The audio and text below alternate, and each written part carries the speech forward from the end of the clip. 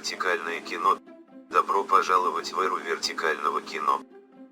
Я полагаю, что скепсис по поводу вертикалки у всех прошел. Вертикальное кино может быть интересным, дорогим, снятым на смартфон. Фильм The STUNT, снятый по заказу фирмы Apple, пример такого кино. Его название я бы перевел на русский язык как «Трюк вдвоем». Режиссёр фильма Дамьен Шазелл использовал самый мощный на момент съемок iPhone 11 Pro, обладающий сверхширокоугольным объективом, функцией стабилизации видео и расширенным динамическим диапазоном. Оператор этой короткометражки – Линус Сандгрен. Роль героического каскадёра играет Том МакКомас. Закулисный взгляд на создание этого вертикального кино вы увидите сейчас.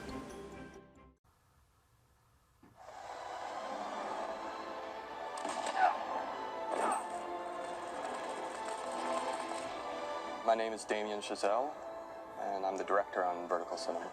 Part of the fun of this was to try to think purely in terms of the vertical aspect ratio and what that does.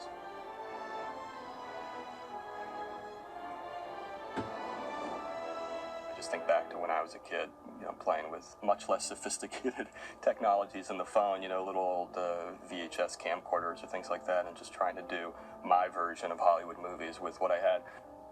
I use the iPhone all the time, so it was sort of getting to know in a deeper way a camera that I thought I knew so intimately.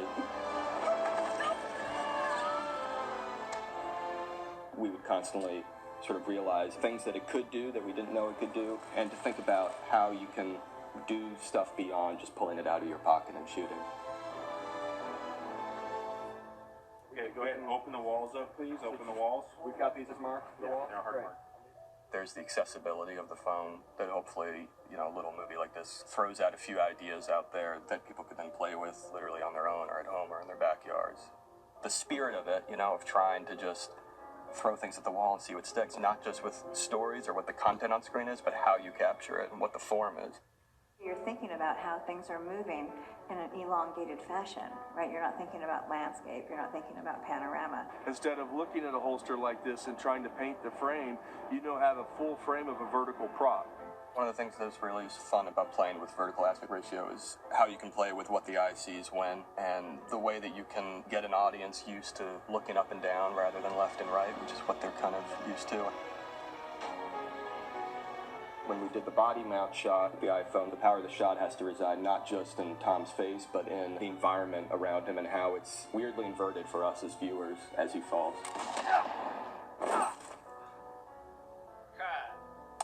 Like any camera, it's full of quirks and personality and sort of hidden little secrets.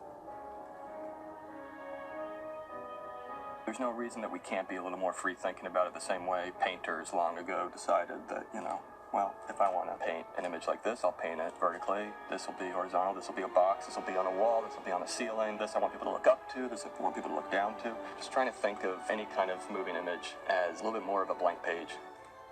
That's another thing that can really differentiate shooting a movie with an iPhone versus shooting around your house sort of casually with your iPhone, is to just try to make choices that feel deliberate, and that's almost all you need.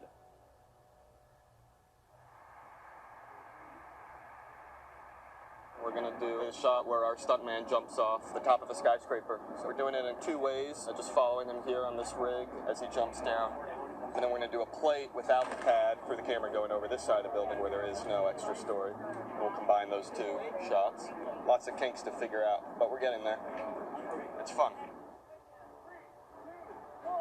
When you're shooting, ultra wide on the iPhone, that's where you get the real feeling of the parallax changing. It's always a little more of that kind of punch in the gut sort of feeling.